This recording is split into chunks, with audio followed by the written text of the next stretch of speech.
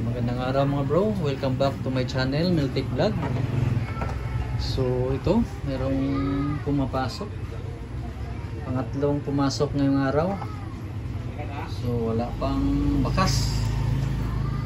TCL 50 P737. So plug natin.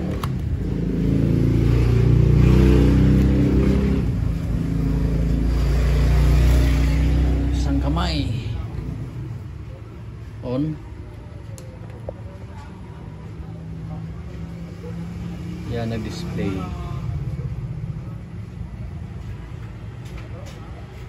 Clicker siya mga bro, yan.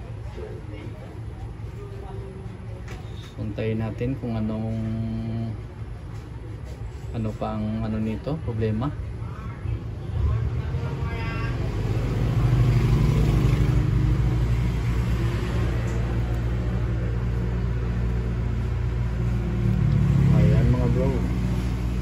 Ganyan siya mga bro. Dekering at saka bar light. So buksan natin.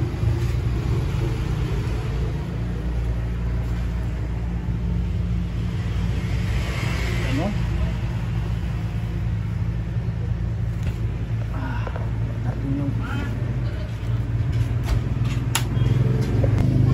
Okay, tuloy tayo mga bro. Ito, nabuksan na natin.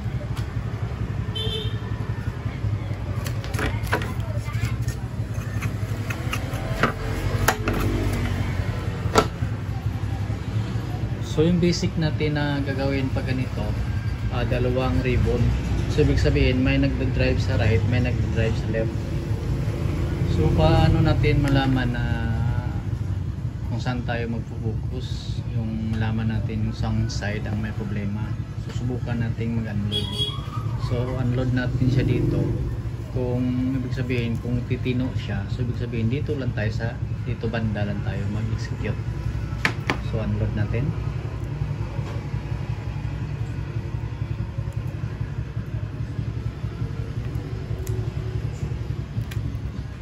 Yan. Tapos testing tayo.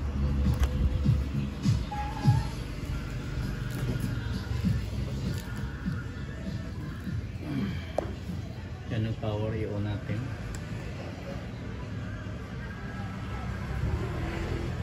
Yan, may display. Santayin natin mga bro, buo yung display nya.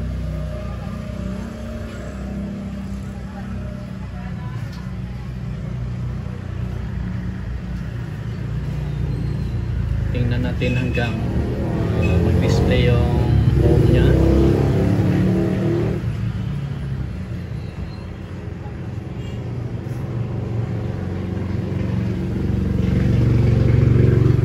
So yan na.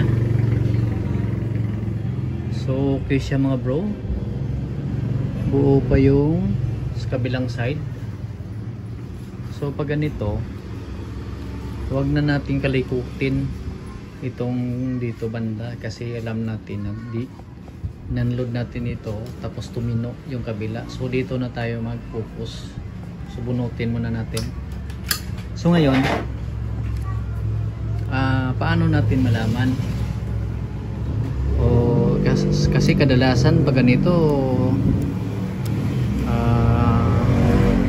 bigla-bigla lang tayo agad-agad maglagay ng tape. Yan kadalasan. So mag-tape tayo, magsubok ng tape. Pero dito mga bro, i-tour ko muna kayo kung saan ang signal. So dito, pag dito tayo tututok, ito mayroong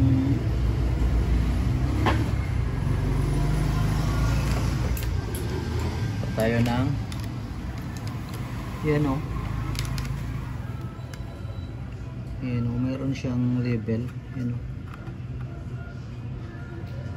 So may yan. May LC1. Pero yung LC ito, tapos dito sa dulo yan may mga clock yan. CLK1, CLK2, hindi sunod-sunod ang pagkalagay. Pero malamang dito yan mga bro. Dito yan sa ano, natakpan. Saglit. Tanggalin natin. Dito na tayo sa may problema.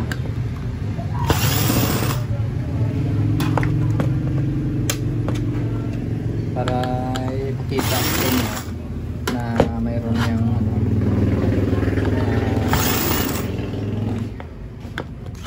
clear talaga na pagbasihan kung saan yung signal, saan yung LC1, saan yung LC2.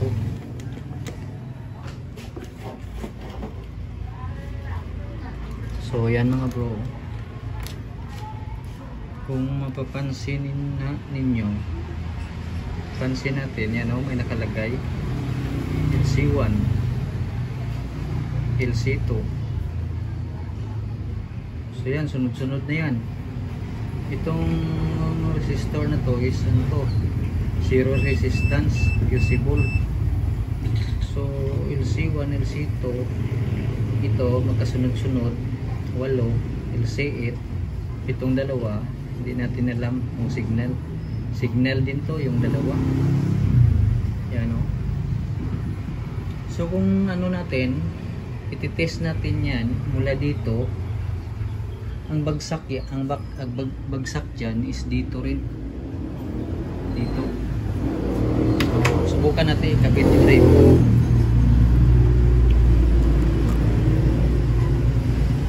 para matrace natin, para alam natin kung saan tayo magba-block, saang banda, anong iba-block. Yan o. So pause ko muna, i-plaster ko yung ano, camera. Wala tayong taga-ano ng camera. So tuloy tayo mga bro. Ito is-set lang natin sa buzzer.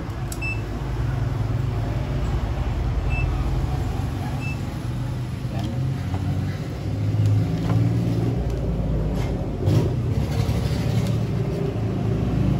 Yan. Buzzer. So limbawa, ilocate natin dito yung LC1. So titingnan natin dito kasi mag-focus tayo kung saan tayo magba-block. Easy lang naman ang mag-block, pero kailangan nating i-accurate kung saan. O ayan o, 1, 2. So pin number 3 yung LC1, tapos punta tayo sa LC2. O pin number 4 ang kasunod. So CT8 na yan, CT8 kasunod CT7, yan hanggang CT1 at saka yung dalawang signal. So ibig sabihin dito tayo. So ang iba-block natin from LC1, LC2 from 3 from 3 to 10. So isama na natin tong dalawa. So 12 yung iba-block natin dito. So try natin mag-block mga bro. 12 pins.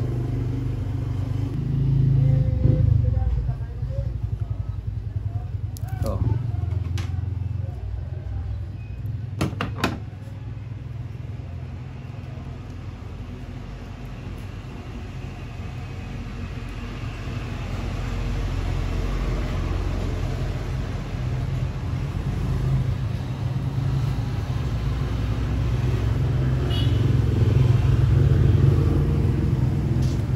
mga bro, 12.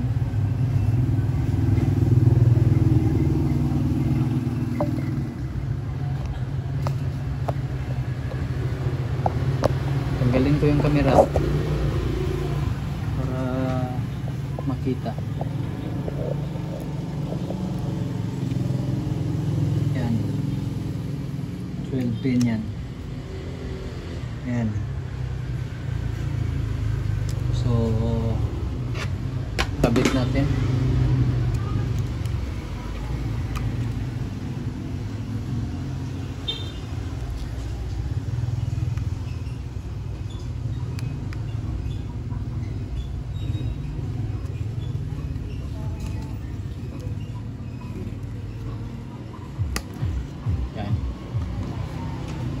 So ngayon,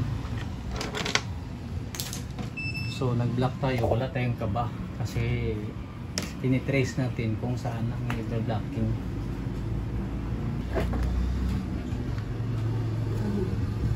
Testing tayo.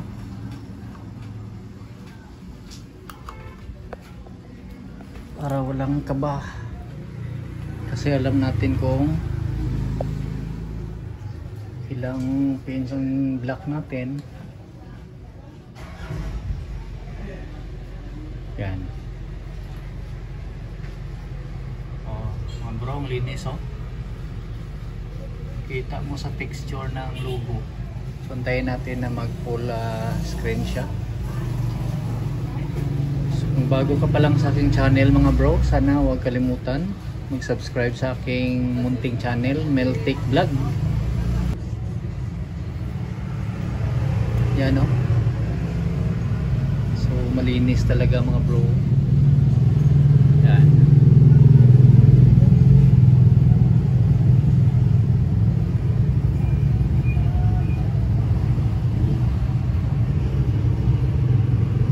So hanggang dito na lang mga bro.